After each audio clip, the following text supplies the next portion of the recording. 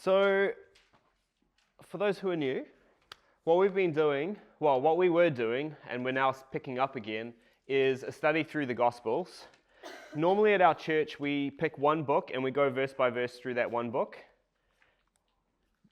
How many Gospels are there? 4. Yeah, so normally what you would do is you'd pick Matthew or Mark or John or Luke, and then you just work through that book verse by verse. But what I wanted to do was to look at all of the books at the same time and look at the life of Jesus sort of chronologically, putting the information from all 4 Gospels together. And we call that harmonizing the 4 Gospels. And so that's basically what we've been doing, is putting Matthew, Mark, Luke, and John, all the information that we get from all of them, put them all together and try and follow Jesus' life and what he said and what he did and that sort of thing. So that's what we've been doing. Where did we get up to? So basically, we finished end of last year, and then the last 4 weeks we've been doing a recap of what we'd done before. And then this is the first week of picking up where we left off last year. So do you remember last week where we finished in Jesus' life? So how does Jesus' ministry begin? He starts it. How? I don't know. How did that happen? Mary. Sorry? Mary. Go on. You just said a random name. Explain why that's relevant. Mary, baby, yeah. Mary gets pregnant. Okay, good. All right. So yeah, you could say Jesus' ministry begins when Mary gets pregnant. We're not told a whole lot. Like, we're told a little bit about Jesus' birth. We're told about something that happened when he was 12. But that's all we know until what happens. How does his actual ministry, time of ministry? Because he traveled around and taught and healed and that sort of thing for about 3 or 4 years before what happened? Baptized. No, how did it end? How did the 3 or 4 years end? He got crucified, yeah. So that's the end. What was the start of that 3 or 4 years? How did his ministry time start? What was the first thing that happened? Baptized. He got baptized, right. So he got baptized. After he was baptized, what happened? Went into the wilderness, 40 days, 40 nights, no food, tempted by Satan. Then he comes back, and then what happened? Like, what are the other things that we've looked at already? The wedding. He goes to a wedding up in Cana. Sorry?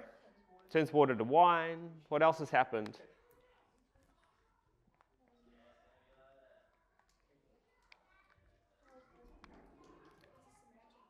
He meets the Samaritan woman, tells him he's the Messiah. The first person that he ever reveals that to is this sinful Samaritan woman. What else? Flips the tables. He went into the temple. They're all selling animals and whatnot. He flips the tables. He says, this is not the right thing to do in my Father's house. And then, what else has he done?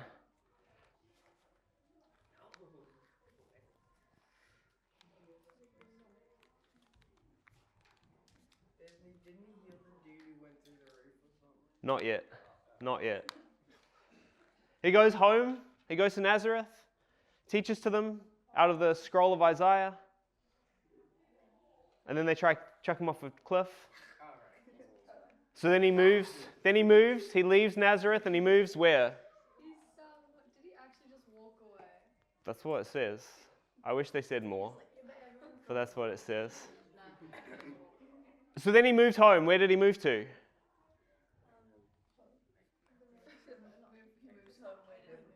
Yeah. Where's his new home? He used to be Nazareth. He moves to Capernaum. Capernaum is where Peter and Andrew, brothers, where they live, as well as James and John. So he moves to Capernaum, and what does he do there?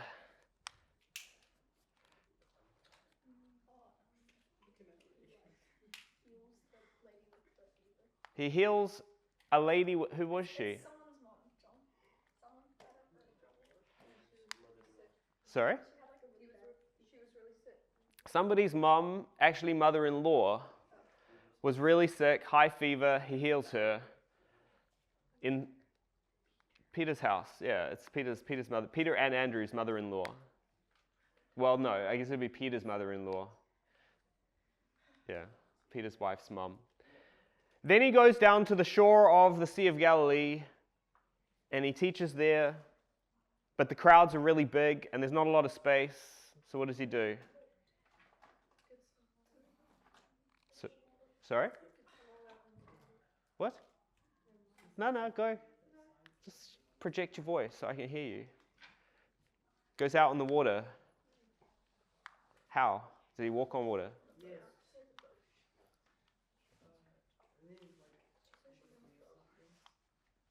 How did he go out on the water? On a boat. Whose boat?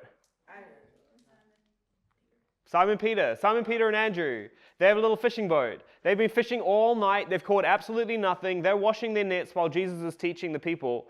And then Jesus says to Simon, hey, can I please get in your boat so I can teach from the boat? Because there's too many people on the beach. And so they go in the boat, a little bit out. He teaches the people. And then after he's finished teaching the people, and Peter has been awake all night, he's exhausted. He just wants to go to bed. And Jesus says to him,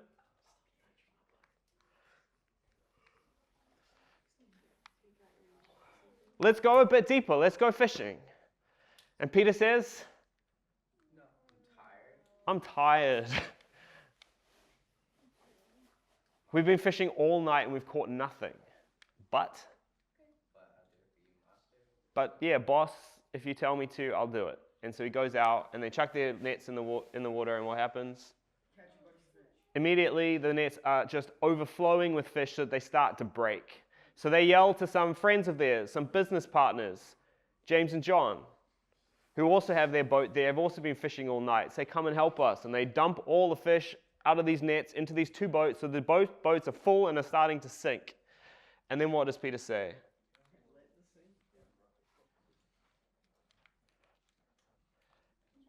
Remember, he changed the word. First he said, boss, I'm tired. But if you tell me to, I'll go. But then he says, Lord, get away from me, Lord, I'm a sinful man. And so his understanding of Jesus has dramatically changed from before the fish to after the fish. Anyway, they come in, they get all the fish out of the boat, and then Jesus says, come follow me, I will make you fishers of men. That's what we got up to. So that's all of this stuff. It's his childhood all the way up until when he is called Peter, Andrew, James, and John to follow him. Matthew, Mark, Luke, and John, these are all the chapters. And then the red is the stuff that we've already read so far. The next story that we're going to look at, I'm not 100% sure where it should go, because it's not very clear. It's not very precise, like the language doesn't tell you exactly when it happened. I feel like it fits here, but it's not 100%. It could have been something that happened later on. But the story we're going to read from is in Matthew chapter 12. It's recorded in Mark chapter 2 and also Luke chapter 6. We're going to focus this morning, we're mostly going to read from Matthew, and there are a few places where we'll pull in information from Mark and Luke that isn't given by Matthew, that's only given by them. So, let us begin. Matthew chapter 12, verse 1.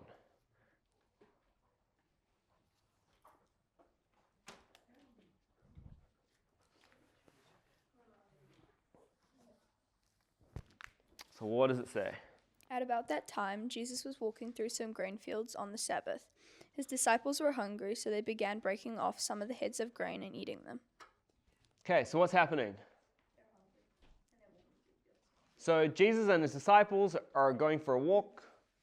Where are they walking?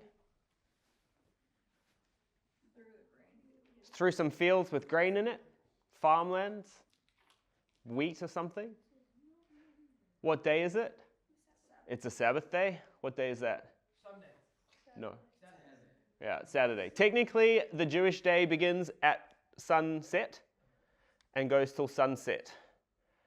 Because God, when he created the world, there was evening and there was morning, day one.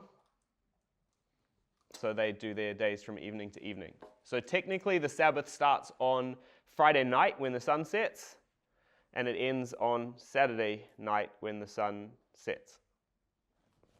But that's the Sabbath. Okay. And we're told, what about them? They're walking through the fields. It's a Sabbath. And they are hungry. Well, who's hungry? The disciples are hungry. It doesn't say Jesus is hungry. But the disciples are hungry. So what do? They pick up pick stalks of grain and they eat it. Okay. So the first thing is, this walking on the Sabbath, they can't have been going somewhere, because you weren't actually allowed to travel, to walk any long distance on a Sabbath day. You were allowed to walk 1 kilometer outside of your town.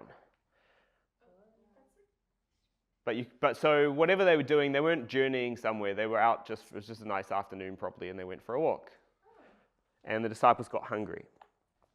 And so they are in somebody's field. This is a farm that belongs to somebody, so they pick some of the wheat and they eat it. Problem? Stealing, right.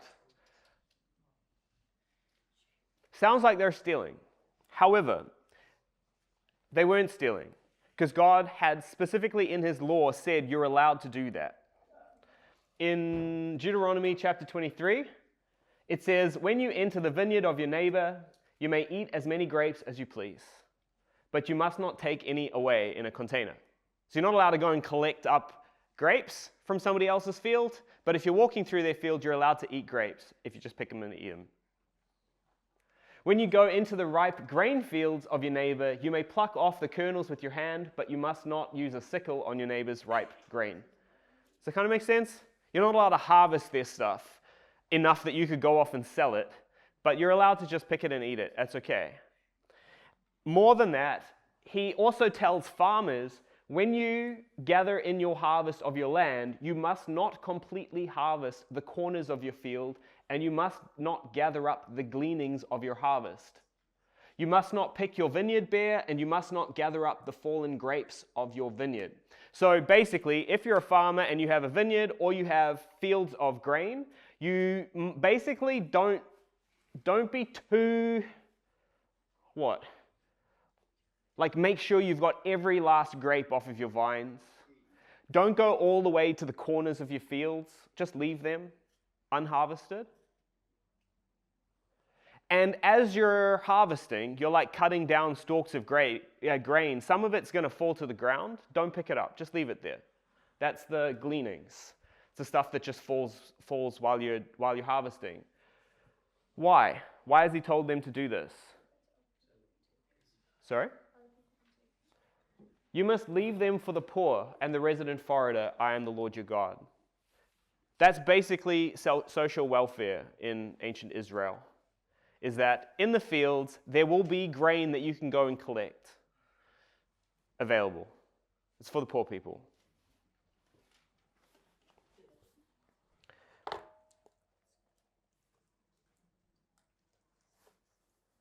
So all of this to say,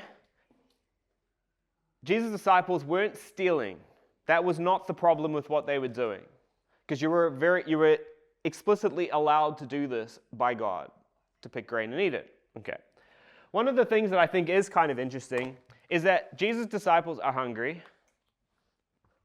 What do we know about Jesus in terms of food? He can go a long time without food, yeah? Apparently he can turn stones into bread, according to Satan. And we know he can definitely turn a few loaves of bread into enough food for thousands. And water to wine. And can't he duplicate food? Well, that's the feeding the thousands from a little boy's lunchbox. What's interesting, something that is a little bit interesting to me, is that Jesus' disciples are hungry. He doesn't miraculously provide food for them. Like, he leaves them to pick wheat and eat it. And I don't want to make too much of that, but I think that often in our lives we expect God to act in our lives in miraculous ways just because he can. But that's not what I see in the Bible.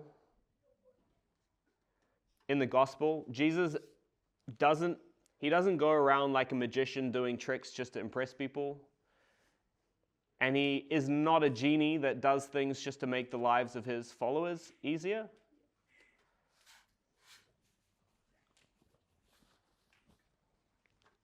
But the question is why? Like if Jesus had the power to just produce bread for his disciples here, why didn't he do that? Why though, do you think?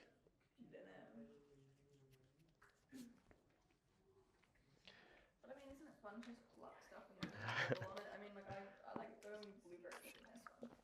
Yeah, I think that's better than You know, raw it's like, oh, wheat. here's some food. It's like, Yeah.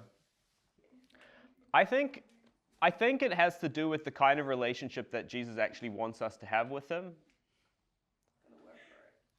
Well, not just that, like you have these huge crowds that are following Jesus, and he's doing all sorts of miracles for them. Healing and feeding and all this stuff, right? But as soon as following Jesus got hard, as soon as it was going to cost them something, they all said, see you later. Like they left. The ones who stayed were Jesus' disciples, who Jesus didn't actually do a lot of miracles for. And I think that's because those crowds, their relationship with Jesus, like why they're following him, is because of what they want to get out of it. It's what they're getting from him. Whereas the relationship that Jesus had with his disciples was they actually loved him. They knew him. They understood his character, his love for them.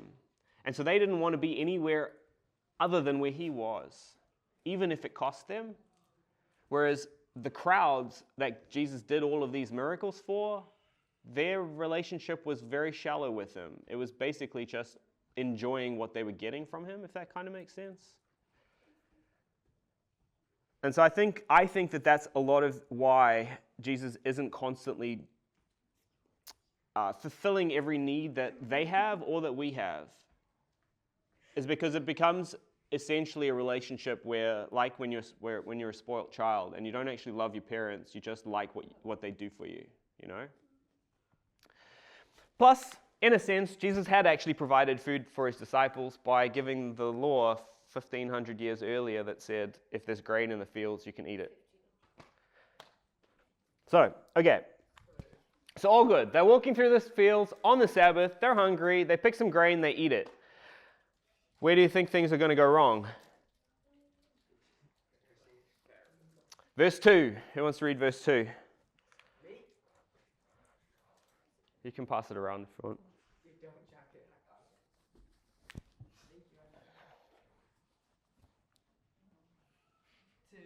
Verse 2. But some Pharisees saw them do it and protested. Look, Why your are you disciple. wearing, are those Owen's glasses? Excuse Or me. is that why you can't these read? are my reading glasses, Disney, and I'm reading. Look, your disciples are breaking the law by harvest grain on Sabbath. So, what goes wrong? The Pharisees see them. The first thing to ask is like, why? How did the Pharisees see what Jesus and his disciples were doing while they were out on a walk in the fields? Makes you think that. It makes you think that the Pharisees were keeping an eye on Jesus, that they had people following him around to see what he was up to, and they see that Jesus' disciples are picking this grain, and so they go to Jesus and say, "Your disciples are breaking the law. They're doing what you're not supposed to do on a Sabbath." Concentrate. Otherwise I'll take it away. Concentrate.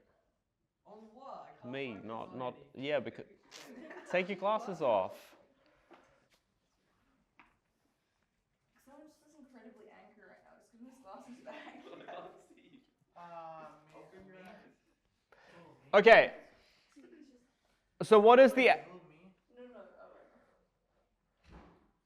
accusation against Jesus and his disciples? No. They harvest them on the Sabbath. Yes. So what's the problem? They're working. Yeah, you've broken the Sabbath law. Now it's interesting. They don't say you've broken our traditions.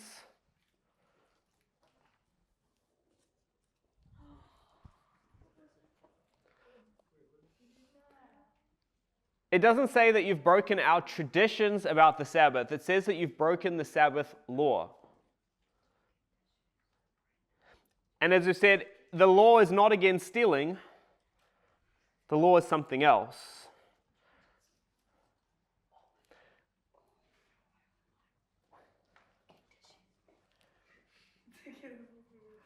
They say that Jesus' disciples picking grain and eating it, that's breaking the law on the Sabbath. The question is, just next to the Annika, next to the fridge, there should be some paper towel.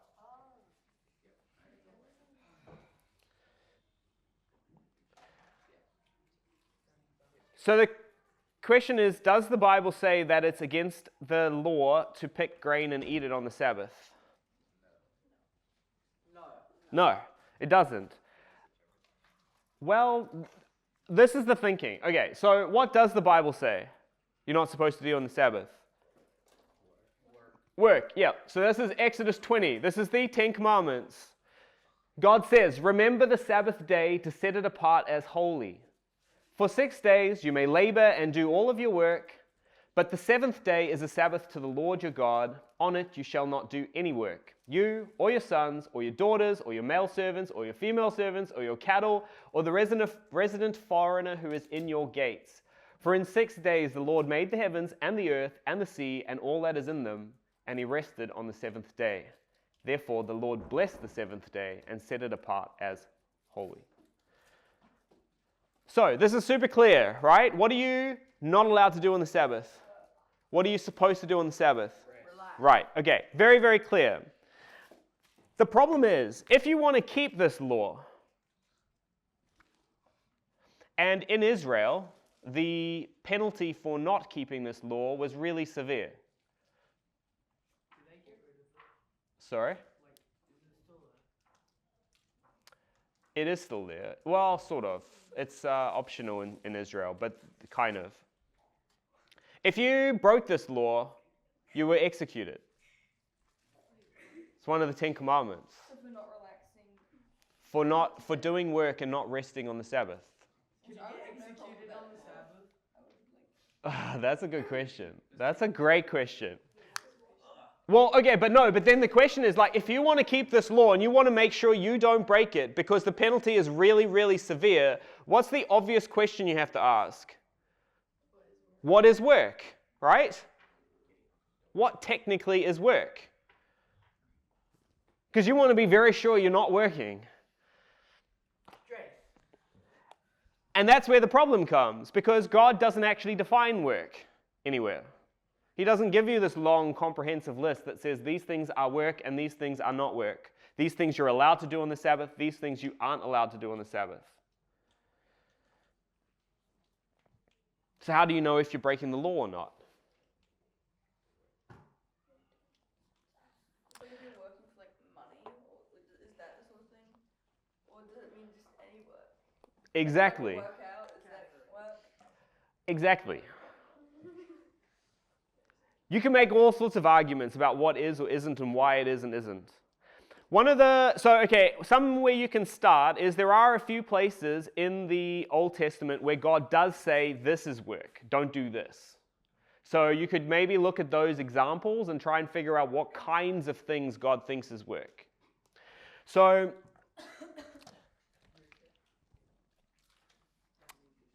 God brings Israel out of Egypt through the Red Sea. Like 1 million people.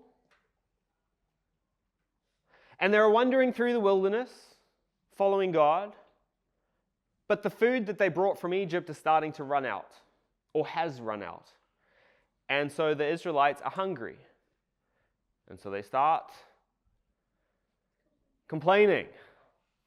What was the point of bringing us out of Egypt if you were just going to let us starve in the desert? And so God says, you're not going to starve in the desert. I'm going to give you quail to eat at night And every morning, there's going to be food for you on the ground when you wake up. And what do they call this magical food that appears on the ground every morning? Breakfast. Manna. Literally, what is that? What is it? Manna in Hebrew. That's what they called it. What is that? It's manna. So they had this manna every morning, and they had quail would just cover the ground at night. And they had as much food as they wanted, except it was only quail and manna, which I'd get bored of. But it's food. But then God gives his people a very strange instruction and something that goes completely against our nature. He says, you must only collect enough manna for you to eat today. Don't collect as much as you can so you have some tomorrow. Only enough for today. If you try and keep some till tomorrow, it's going to be off. It's going to be full of worms and disgusting. Why do you think he told them to do that? They have to trust that it's going to be there again in the morning. Exactly. They have to live day by day trusting God that there will be food for them tomorrow. I think that's kind of interesting when you connect it with away. Otherwise, I shall take it away. Your phone. Yeah, you know the rules.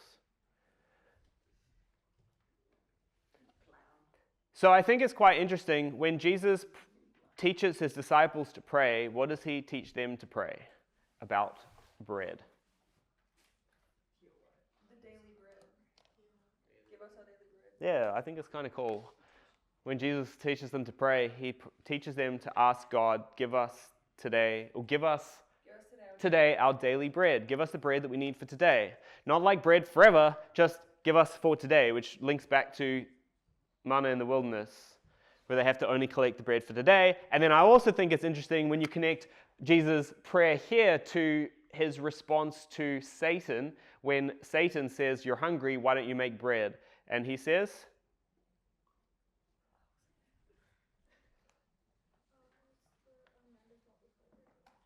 it is written in Deuteronomy, man doesn't live by bread alone, but by every word that comes from the mouth of God.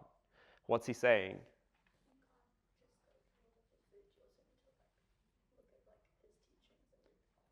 Yeah, if you try to survive just on physical food, you're not going to do very well. To be healthy, we need physical food and we need spiritual food. Hey, mister. Yeah. Isn't Satan ego-driven? He's completely ego-driven, yes, we covered that. And arrogant. Arrogant and has much hubris. And so much more. So much. But anyway, so I like this. Because Jesus says you need more than just physical bread, you need spiritual bread. You need the Word of God. And when do you need it? Every day. It doesn't last till tomorrow. You need fresh bread every day, just like Israel needed fresh manna every morning. So anyway, all kind of interesting, not relevant to what we're talking about now, because that was from Sunday to Friday, but something different happened on Saturday. Sorry? God says, every day you got to go out and collect just enough for today, because if you keep it till tomorrow, it's going to be rotten. Except on Friday.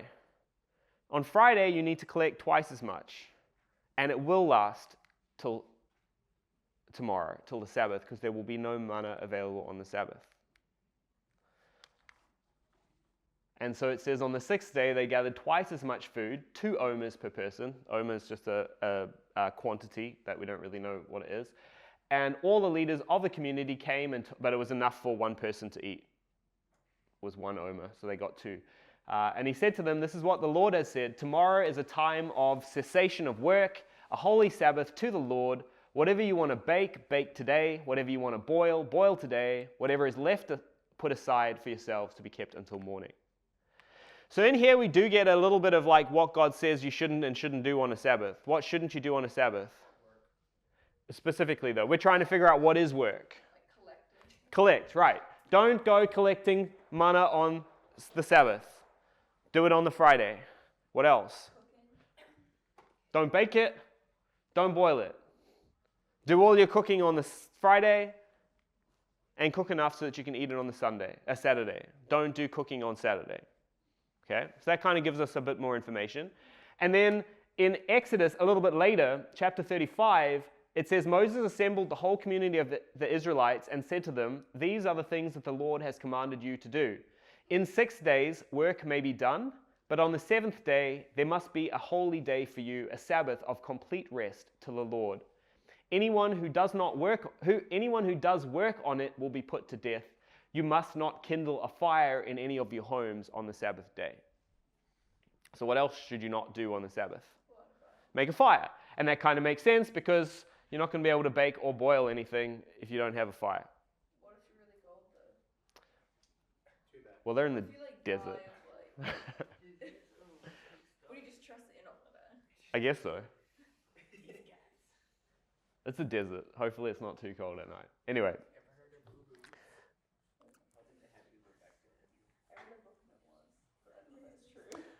Okay, so we know a little bit more about what God says you shouldn't do on the Sabbath, but this is basically all he says in terms of food.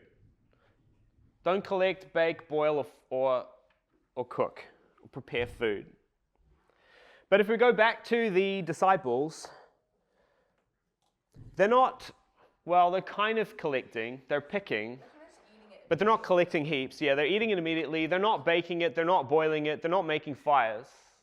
So why are they breaking the law of the Sabbath? Well, there were many, many years between God giving his law to Israel in around 1500 BC, 1,500 years before Jesus, and then the time of Jesus. And in those many, many years, the Jewish people had a lot of time to think.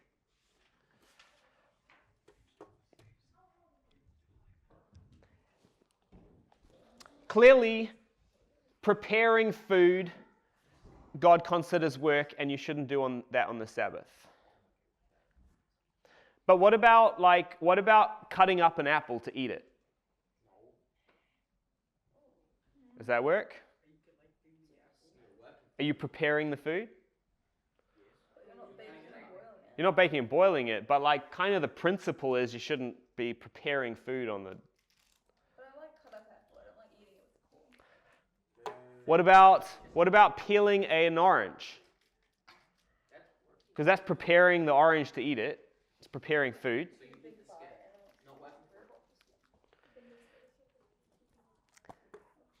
And so these are the questions that the Jewish people are having. Okay, we're not supposed to do work. We're not 100% sure what work is, but we know we definitely are not supposed to do any food preparation. What technically counts as preparing food or not preparing food? And so they start debating and talking this through amongst each other and trying to come up with some rules.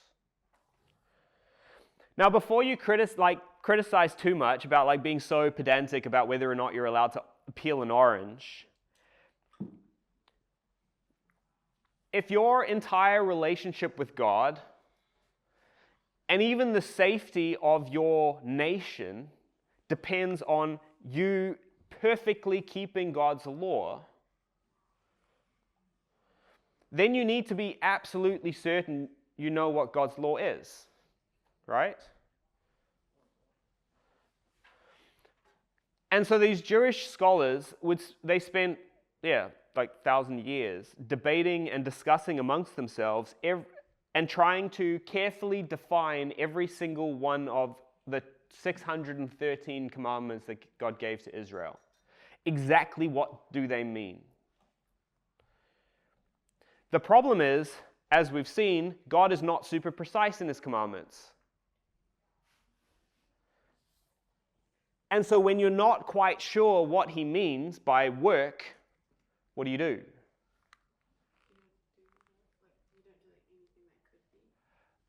So you could come up with a super strict definition of work or a kind of loosey-goosey definition of work.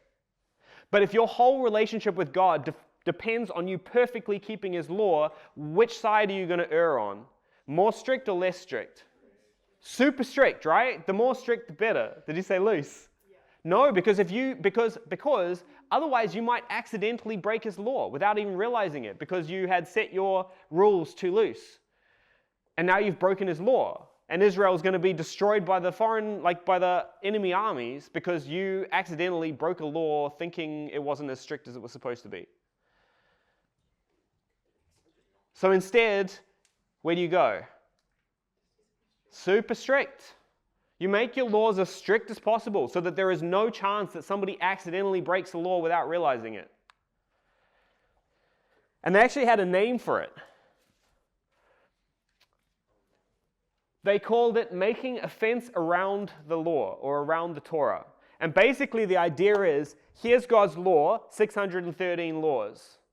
But we're not 100% sure what they mean. So we are going to make a bunch of rules that are like a fence around it. So that even if you break one of these rules, you're still miles away from actually breaking the actual commandment. You know what I mean? You're protecting it with this fence of rules around the outside. And it makes sense. Logically, it makes sense. You have God's law that they consider is like absolutely holy and cannot be violated.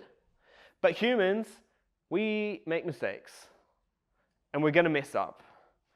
And so if you build this wall of rules that are far enough away from that law, then said, even if they break one of the rules in your fence, they won't have broken the actual law. And so you'll be okay.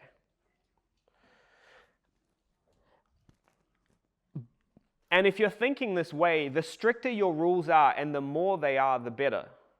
Right? It's basically the more rules you have and the more strictly you follow them and define them, the greater your devotion to God is and your love for his law.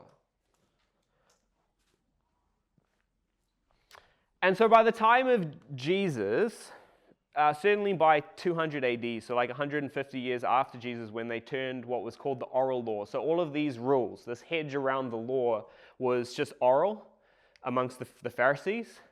But around 200 AD, they wrote it all down in what's called the Mishnah.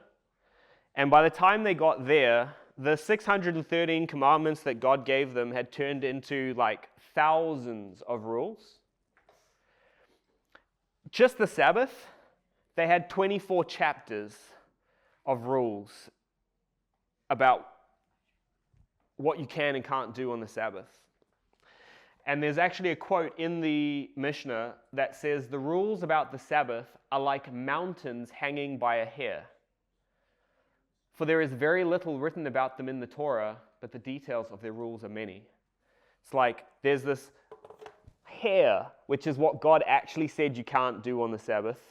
And they've built this literal mountain of rules that is hanging by this one little hair. But the thing is, they weren't ashamed about this. They were actually proud about it. Because again, it demonstrated their devotion to like how much they cared about keeping God's commandments. Which is not necessarily a bad thing, because if you remember a few weeks ago, we looked at somebody's question, which was, how do I know if I love God? If I actually love God? And at least one of the answers to that Jesus gives is what? If you love me,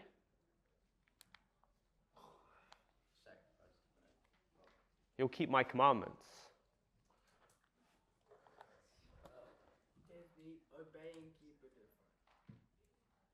Are they? Obey my commandments. So the problem isn't actually that the Pharisees cared about keeping God's commandments. That was a good thing. The problem was that they had got so focused on what God commanded that they'd lost sight of why he commanded it. Which we'll see, because that's kind of getting ahead. So back to the issue of the Sabbath law. Jesus and his disciples are walking, so they've made, as I said, they've created this whole mountain of rules around the Sabbath of what you can and can't do. And they defined 39 different categories of work that you were not allowed to do on the Sabbath. Jesus and his disciples had broken at least 3 of them. One was called kotser. It was a rule against reaping. What is reaping? What is reaping? Gathering, right? Yeah. So you're picking grain, that's reaping. So that's one thing they'd broken. They'd picked the grain off the stalks. Second is a rule against threshing. What is threshing?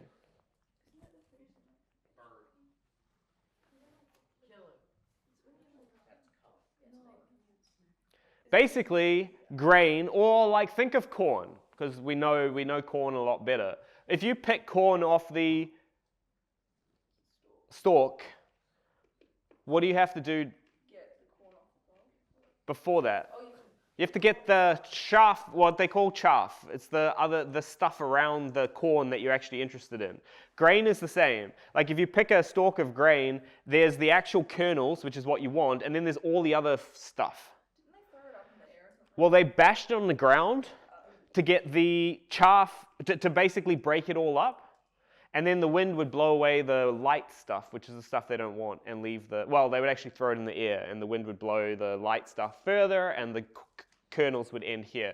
But basically, threshing is that breaking up. Now, there's something interesting. Quickly go to Luke chapter 6. Something that Luke tells us that Matthew and Mark don't tell us.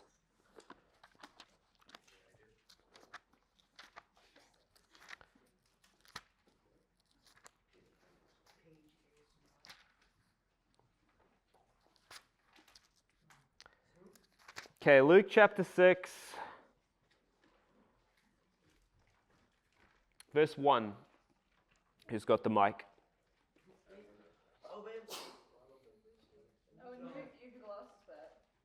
Come on, somebody read verse 1. Oh, actually, you go. I'll get you there first. Be more prepared next time. For what? Go for it. Luke chapter 6. Yeah, verse 1. One Sabbath, Jesus was going through the cornfields, and the disciples began to pick some ears of corn and rub them in their hands and eat the grain. What does Luke tell us that Matthew didn't tell us? They rubbed it in their hands. That's important. That's the threshing. They're doing this to to break it up, separate the chaff from the grain. That's why they were accused of threshing. Because it's removing the kernels from the husk. Then there is a law against selecting. It's called borer. And that's actually separating the grains from the chaff, which would normally be when you throw it up. Actually, winnowing is something else. This is a different rule. But basically it said you're not allowed to separate the inedible waste from the edible. That's selecting. And obviously they're picking out the grains to eat, so selecting. And depending on how they were doing this, they potentially also broke the law against winnowing, because if they went like, that's the same as throwing the stuff up in the air and letting the air separate it. And if they were breaking up the corn into smaller bits, like if it was in clumps and they were breaking it up, that's like grinding. You're breaking it into smaller pieces. And so, a whole bunch of rules that the disciples were breaking by picking this corn and eating grain and eating it on the Sabbath. How do you think Jesus responds to this accusation? We'll find out soon. But just in case you're wondering, what do you reckon? Are you allowed to slice up apples and eat them on a Sabbath? Well, it's a bit questionable. Grinding. You're like breaking something up into smaller pieces. So that's kind of questionable. But the way the rabbis ended up deciding, there are lots of debate about this, but they ended up deciding that if you're going to eat it immediately, it's okay. But if you're like cutting up apples and putting them in the fridge for later, that's no good. What about just cutting? You're just cutting and eating, you're allowed to do that if you eat it immediately. What about peeling oranges to eat? Correct. And it's even more complicated than that. Breaking it up as well. Because you are allowed to remove the edible from the inedible. You're not allowed to remove the inedible from the edible. Oh, because it's the house. Yeah. Wait, what? No, because they're taking the... So are you taking the edible out of the inedible? Or are you taking the inedible off of the edible? Since it's covering the whole thing, I take it off and then I shimmy it out. Is that... Complicated, right? Really messy. But no one sees me do it. Yeah, if a tree falls in the thing. Yeah, cats know. If a tree... Anyway, much debate amongst the rabbis. In the end, they decided, again, if you eat it immediately, it's okay. But you can't use like a peeler to do it. You can use a knife, but not a thing that's been specially designed to peel, because that's then apparently work, and you have to eat it immediately. You can't keep it for later. So, okay. Let's see how Jesus deals with this situation. So, who's got the mic? You want to pass it on? Do you want to read, Josh? Yes. No, it's Ash's turn. Okay, can you read? We're back in Matthew 12. I got it. Back in Matthew 12.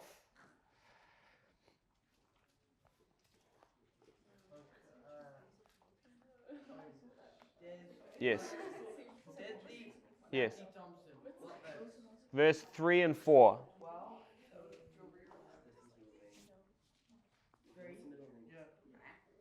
Yeah, he answered. Yep. Shh. Let's see how Jesus responds to them. He answered, haven't you read what David did when he and his companions were hungry?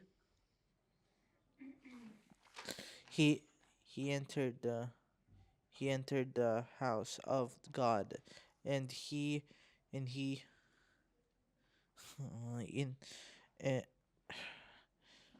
wait a minute, and he entered the house of God, and he and his companions ate the Sanhedrin bread, which was not lawful for them to do it, but only for the priests. Okay, nice. So, it's interesting. He doesn't argue with them. He doesn't say you guys are wrong in the way that you're interpreting the law. Don't say that. Don't listen to Andrew. Yeah. No, shush the little voices in your head. When Asher was like saying what Anyway. Wait, my Bible says showbread. What's showbread? Showbread, okay, so in... Sorry. No. In the... guys. In the tabernacle, in the temple, there were a bunch of things in there. There was a big menorah, a big lampstand that had like seven candles that lit up the tabernacle, the tent.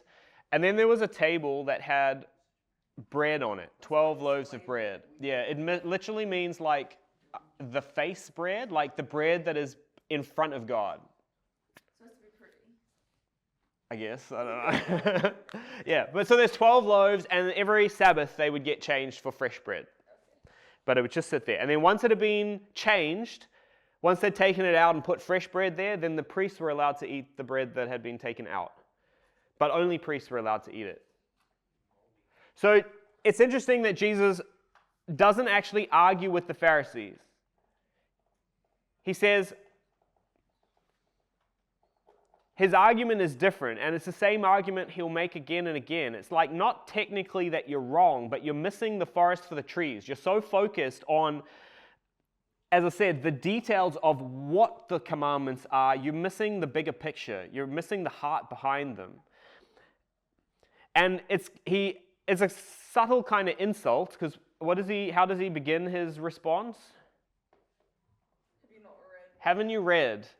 The Pharisees, like, they'd make you really angry. Like they prided themselves on knowing God's word like inside out. Of course they had read it.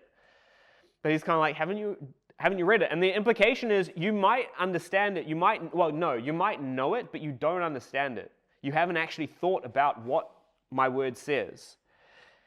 And he gives them this example. He tells them the story, which is recorded in 1 Samuel 21, where David, so if you remember, who's the first king of Israel? Saul. Saul is made king of Israel, but he disobeys God, and God says to him, look, you've messed up. Your children are not going to inherit your throne. I'm going to take the kingdom and give it to somebody who is better than you, he says. Somebody after my own heart, who has a heart like mine. Who is that? David, a little shepherd boy called David. Now Saul, without realizing what he was doing, without realizing who David was, he actually brought David into his palace because he was losing his mind. And somebody said to him, hey, there's this kid who's really good on a harp. Maybe he should come and play for you. And Saul found that when David played music for him, that some of the anxiety went away and he wasn't so crazy. And so he actually invited David in to be a part of his palace so that he could play music for him. But as time goes on, Saul starts to suspect that David is the guy who's going to take his kingdom. And so he starts becoming angry and violent. He tries to kill David a few times, but it gets explained away. Oh, I'm so sorry, I was just stressed or whatever. But eventually it becomes clear that Saul is looking for a way to kill him. And so David then runs away, flees from the palace. Where do you think he runs to?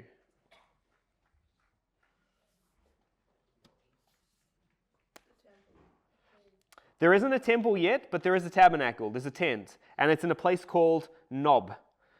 Nov, probably in Hebrew. Which is where the priests and the tabernacle are. And he runs there. And then this is the story that David's referring to. David went to Ahimelech, the priest in Nob. Ahimelech was shaking with fear when he met David, and he said to him, why are you by yourself with no one accompanying you? And David replied to Ahimelech the priest, the king, Saul, instructed me to do something, but he said to me, don't let anyone know the reason I am sending you or the instructions I have given you. I have told my soldiers to wait at a certain place. Now what do you have at your disposal? Give me 5 loaves of bread or whatever can be found. So he's run away from Saul. He's all by himself. Ahimelech sees him here, and he's worried because he thinks something's going on here. And so he says, why are you by yourself? And David lies to him, basically. And he's like, I'm on some business that Saul sent me about, but he told me it's a secret and I can't tell anyone. But I've got soldiers waiting for me over there. We're hungry. Can you give us any food?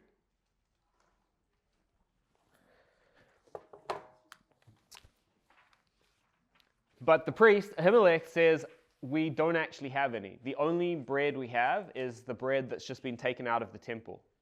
But you're not supposed to eat that. Only priests are supposed to eat that. But David's like, that'll do. I'll take 5. And off he goes. So that's the story. That Jesus is saying, haven't you read this story? David was hungry. He ate food that he wasn't supposed to eat according to the law. Did he do something wrong? And it puts the Pharisees in a really difficult situation because this is King David, the most beloved and glorious king, the one that God said is a man after his own heart, who promised an eternal kingdom, that his descendant was going to sit on the throne forever. The Messiah was going to come through David. And are you going to accuse David of sinning by eating this bread that technically he wasn't supposed to do? And if you're not going to condemn him for doing that, even though he lied, and even though there's another little bit in here which we don't have time to get into, but the consequence of this is Saul finds out that Ahimelech helped David. He comes and slaughters Ahimelech and all the other priests in Nob. So what David did here resulted in all the priests in that town being massacred.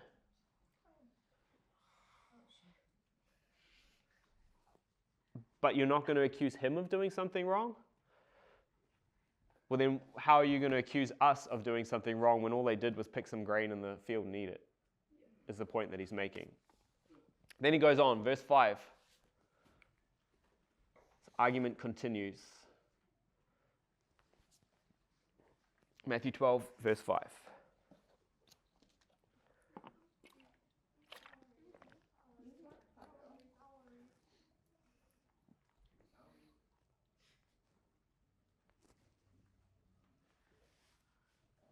It's a short verse. I was seeing how long it was before I said yes. Wait, verse 5? Yeah. Or have you not read in the law that on the Sabbath the priests in the temple profane the Sabbath and are blameless? So he makes another point. Like, you guys know the law. Have you not read? Have you not read that the priests, what is the job of the priests? What's their work? What that they do? Where do they work? In the temple. What do they do in the temple? Sorry? Sacrifice. They do the sacrifices. They do twice as many sacrifices on the Sabbath as they do any other day. Is that working? Well, exactly. They do work. They're instructed to work on the Sabbath. So clearly there are exceptions to the Sabbath laws. If you're hungry. The question is, do these exceptions apply to him and his disciples? So then, let's read verse 6 through 8. Come on.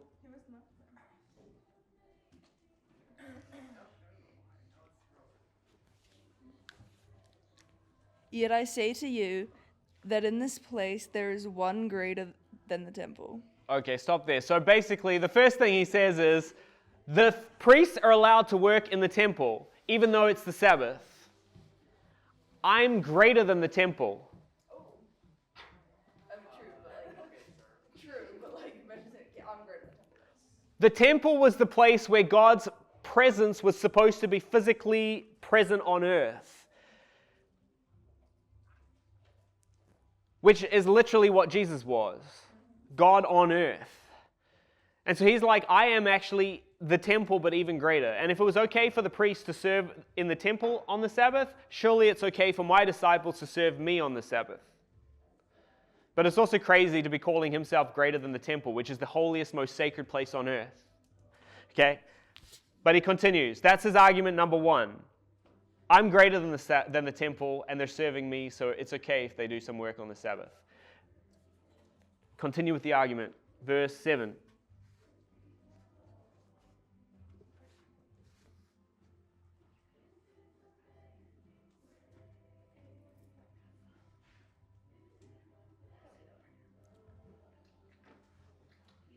Verse 7. Matthew 12. Yes. If you had known that these words mean, I desire mercy, not sacrifice, you would not have condemned the innocent.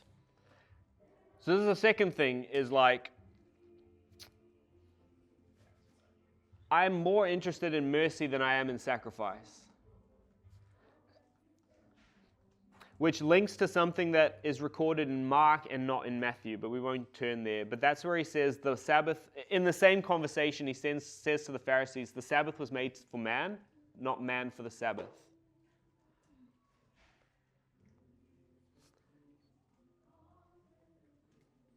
That the Sabbath was given for our own good. God knew that we needed rest, and he knew that we would not rest. Oi. God knows that we need rest, but he knows that we won't rest unless we're forced to. That's why he gave us the Sabbath. It's to force us to do, but it's supposed to be a blessing to us, not a burden. The Pharisees, in making this massive fence around the law of the Sabbath, had turned the Sabbath into a burden. It was no longer doing what it was supposed to do. They would rather that the disciples went hungry than they broke some little one of these rules that they had put around the Sabbath. And he's like, you've got everything upside down. You don't understand God's heart. That his heart is much more for mercy than it is for judgment. If they're hungry and they pick a bit of grain, it's not the end of the world. It's basically what he's saying. And so that's the second argument he makes. One was, I'm the temple, I'm greater than the temple, and they're serving me. Two, the point of the Sabbath is to be a blessing for man. You're turning it into a burden.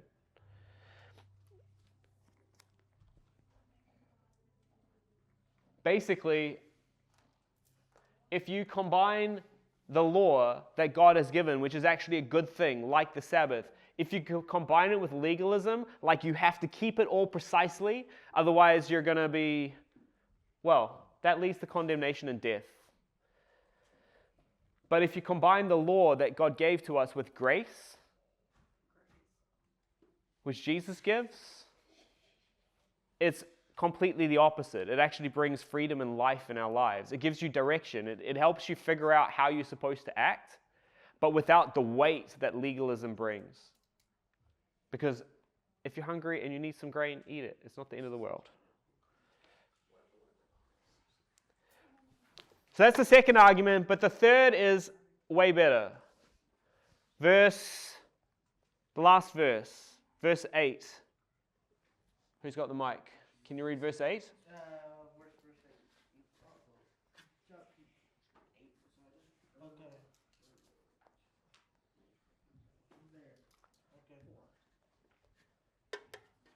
There. Okay. For the son of the wait. For the son of the man is Lord of the Sabbath. This is the final boss argument.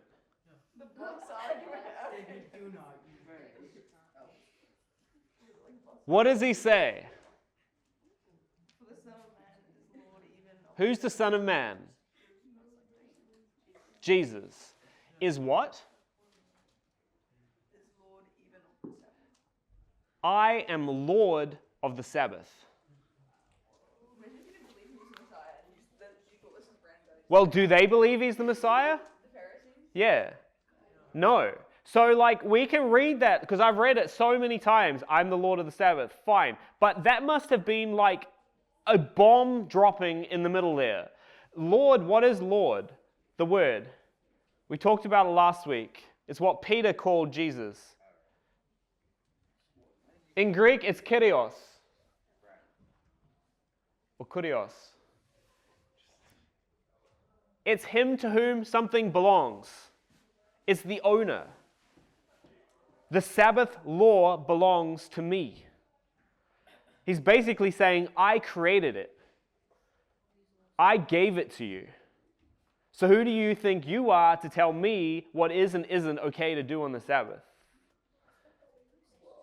But that's crazy for some just man, right? It reminds me of years ago I was in Russia helping with this organization, and we worked with these translators. And I had two translators that I worked a lot with. There was a young girl called Nadia. She was 18. I was 22. We were like friends. And then there was an older lady called Julia. Julia drove me crazy. Very high-strung, very irritating. Anyway, Nadia was talking in English, and she said, oops, I shouldn't have done that. And then Julia, blah, blah, blah, blah, blah, to her in Russian. And I'm like, what's going on here? And Julia's like, oh, I was just correcting her that that's not proper English. I said, what? Shouldn't have. You can't say shouldn't have. I'm like, yeah, you can say shouldn't have. That's fine.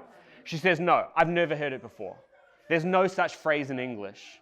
You can say I shouldn't do it, but not shouldn't have done it. And I was just like, what the heck? I speak English. You're a Russian. You learned this, and you're telling me no, that does not exist in English. Yeah.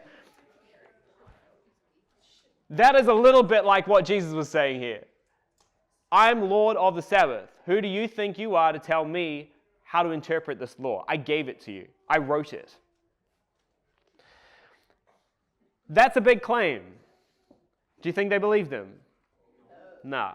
Well, what we're going to find next week is that Jesus is going to prove it.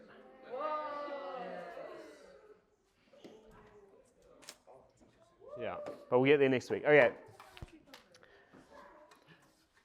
The one thing that I would like you guys to get out of this morning is just to be immensely grateful that our relationship with God does not depend on us perfectly keeping His law. That thanks to Jesus fulfilling the law for us, what matters is our heart, not how precisely we keep every commandment of God. Because thank goodness, we don't have to worry about whether or not I can peel an orange. I would have been executed back in the day. Yeah. I would have tied my shoelaces like, no, stop. Okay, let's pray quickly and then we'll finish. Lord Jesus, thank you again for this morning. I thank you so much for your word.